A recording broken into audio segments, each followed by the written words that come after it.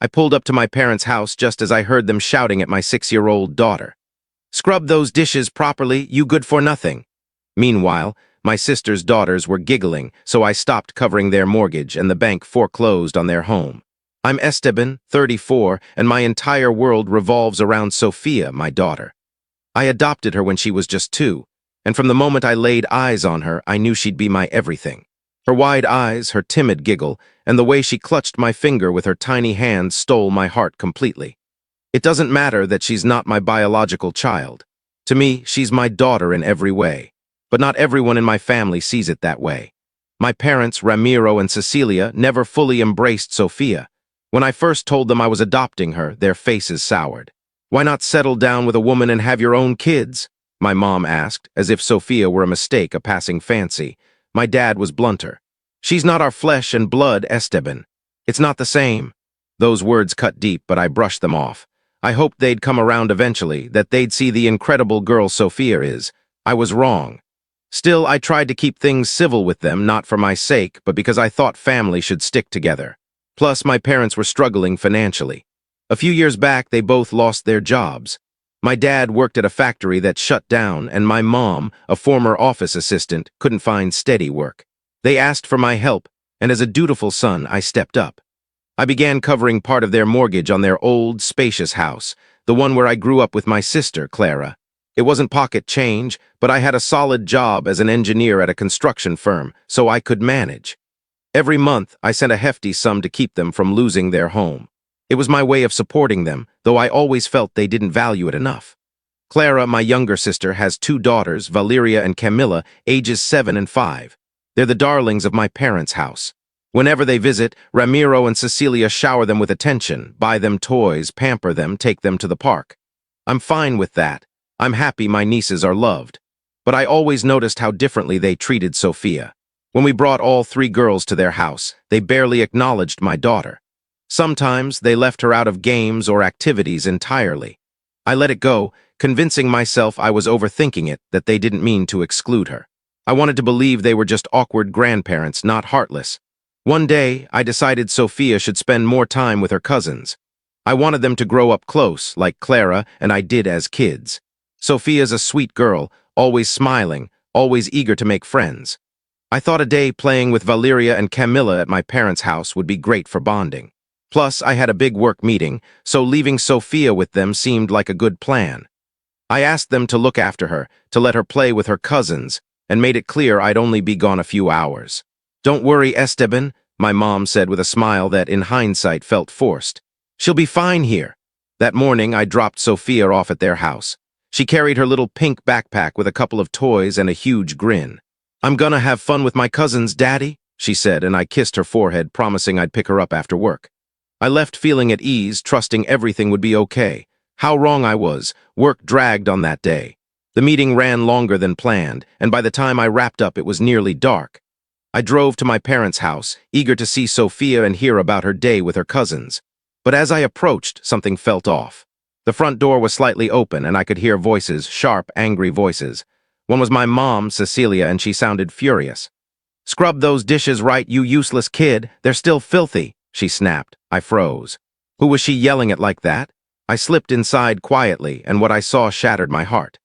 Sophia, my 6-year-old Sophia, stood on a wooden stool at the kitchen sink, her hands buried in soapy water. Her little arms could barely reach the dishes, and her face was flushed, tears streaming down her cheeks. She was crying, struggling to clean a plate too big for her to hold. Meanwhile, my sister's daughters, Valeria and Camilla, were laughing at her, holding toys while my parents berated my little girl. "What's going on here?" I roared, storming into the kitchen. Sophia looked up, and when she saw me, she ran to me, wrapping her arms around me. Her hands were wet and shaking.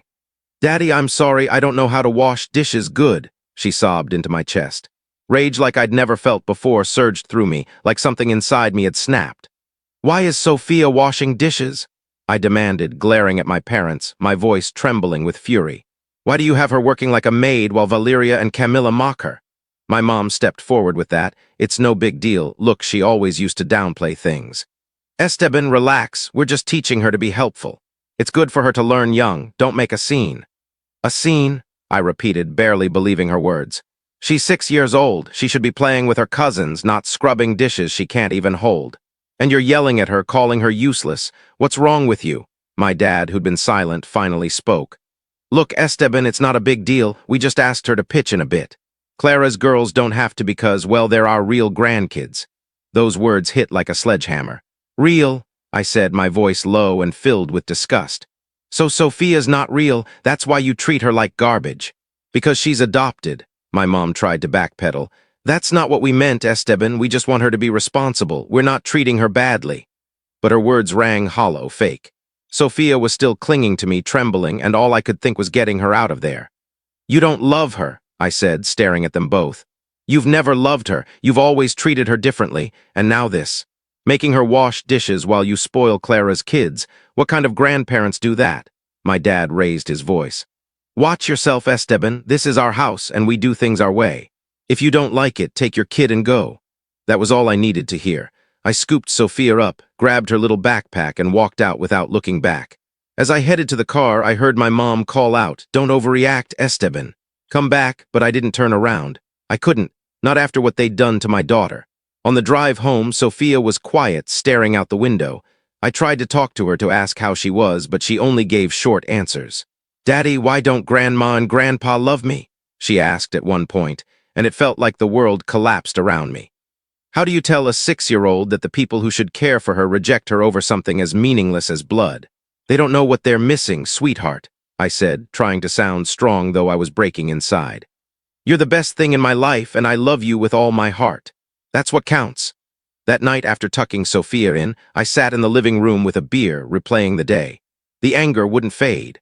I thought of all the times my parents had made snide remarks about Sophia, all the times they'd ignored her while doting on Valeria and Camilla. I thought of the money I'd poured into their mortgage, their bills, their favors. And then I made a choice. I wasn't going to keep helping them, not after what they'd done to my daughter. If they couldn't love her as she deserved, they didn't deserve my support. So I called the bank and stopped the mortgage payments and the monthly allowance I'd been sending them to live comfortably. The days that followed were tough. I had to lift Sophia's spirits after what my parents had done. It left a mark on her. She was quieter, mostly drawing in silence. I'd come home from work with toys or little treats to cheer her up. On weekends, we'd hit the park and I'd get her favorite ice cream, but nothing seemed to help. She stayed withdrawn and sad. A few weeks later, my phone buzzed on the kitchen counter. I was cooking dinner for Sophia, who was coloring in the living room, humming a tune from school. I glanced at the screen. It was my dad, Ramiro. I hesitated but picked up, hoping maybe they'd apologize for hurting my daughter. Esteban, his voice was tense, almost panicked. The bank sent a letter. The mortgage is behind. What's going on? You always paid it. There was a hint of blame in his tone, like I owed them. I stayed quiet for a moment, feeling the anger I'd tried to bury flare up. Pay it yourselves, I said, my voice icy. I'm done giving you money. I heard my mom, Cecilia, gasp in the background, clearly on speaker. Son, you can't do this to us, she cried. It's our home where you grew up. We don't have jobs, you know that. Please don't be so heartless. Her tears sounded rehearsed, like she was trying to guilt me. Heartless? I shot back, gripping the phone tightly. Is it heartless to stop paying for a house that's not mine? Or is it heartless to scream at a 6-year-old that she's useless while she struggles with dishes? Heartless is making her feel worthless while you pamper Clara's kids. Tell me, Mom, who's the heartless one here? Silence hung heavy. I could picture them in their living room, staring at the phone, scrambling for excuses.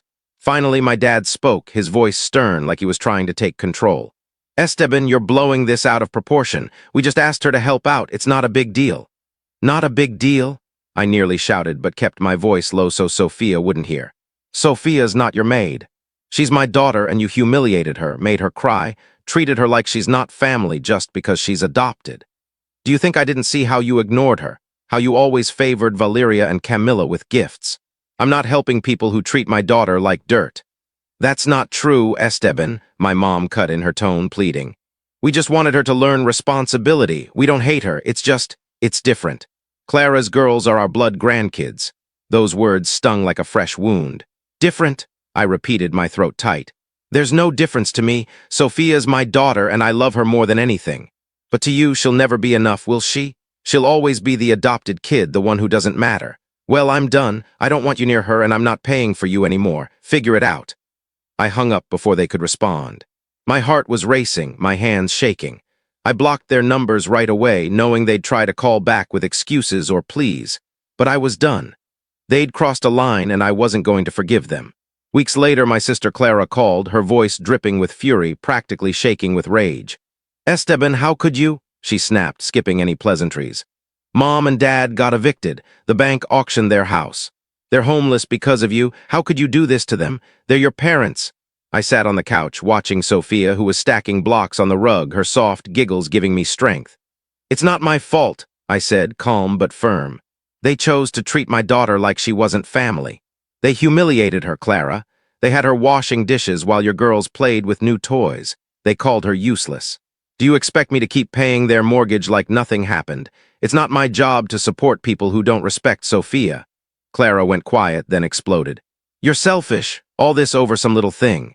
Mom and Dad have nowhere to go, Esteban. Don't you care? They're your parents, for God's sake. And all because Sophia washed a few dishes. You're overreacting." "Overreacting," I said, anger rising again. "Clara, it's not just about dishes. They treated her like a servant, like she was nothing. They yelled at her while your daughters were the stars of the show. Do you know what Sophia asked me that night? 'Daddy, why don't Grandma and Grandpa love me?' Can you imagine how that felt? No, Clara, I'm not overreacting. They went too far, and I'm not helping people who hurt my daughter." "But you can't leave them on the street," Clara pressed, her voice softening, almost begging. "They're our parents. They have no jobs, no money. What are they supposed to do?" "Then you help them," I cut in, leaving no room for argument. "I've done enough. For years, I paid their mortgage, their bills, everything because they asked. But I'm done. I won't support people who don't respect my daughter." I hung up, and though Clara tried calling again, I didn't pick up. I was tired of arguing. My priority was Sophia, and no one, not even family, would make me question that. Not long after, my parents showed up at my door. It was a dreary afternoon, the sky heavy with rain clouds. Sophia was in the living room, curled up in a blanket, watching a cartoon. When the doorbell rang, I thought it was the pizza delivery I'd ordered. But when I opened the door, there they were. Ramiro and Cecilia, clothes rumpled, dark circles under their eyes, looking defeated in a way I'd never seen. "Esteban, please," my mom started, her voice shaky. "We have nowhere to go. The bank took our house. Let us stay here just for a bit until we figure something out." My dad, always so proud, barely met my eyes. His hands shook as he held a plastic bag with some of their things. "Son, we didn't know you'd take it this far," he muttered. "What happened with Sophia was a mistake. We didn't mean to upset her." I glanced at the living room where Sophia was still absorbed in her movie, unaware of the scene. I pictured her tear-streaked face, her small hands struggling with those dishes, her sobs as she tried to please grandparents who never truly cared. "A mistake," I said, my voice low but laced with disdain. "You humiliated her, made her feel worthless, screamed at her, treated her like a maid while you doted on Clara's kids. And now you're here asking for my help. No, you don't get to be near her. Get out, Esteban, please," my mom begged, tears in her eyes. "We're your family. We can't be on the street. What are we supposed to do?" "You made it clear Sophia's not your family," I shot back, unwavering. "And if she's not, then neither am I. Find help somewhere else, but not here. Not in the home where my daughter lives, the daughter you hurt without a second thought." I shut the door, ignoring my mom's cries and my dad's murmurs. My heart was pounding, and for a moment I felt a pang of guilt. They were my parents, after all. But then I looked at Sophia, smiling at me from the couch, and I knew I'd made the right call. They'd chosen their path, and I'd chosen to protect my daughter. Days later, Sophia started opening up again. She'd been quieter since that day at my parents' house, and I worked hard to fill her life with love, games, and happy moments to erase the hurt. One night, as I read her a bedtime story, she looked at me with those big, bright eyes and said, "Daddy, I forgive Grandma and Grandpa. I don't want to be sad because of them." I was floored. How could a 6-year-old have such a huge heart? I hugged her tightly, tears in my eyes, vowing to never let anyone hurt her again. Her smile slowly returned, and I worked every day to bring back the light in her eyes. She was my angel, and I'd do anything to keep her safe. As for my parents, I never saw them again.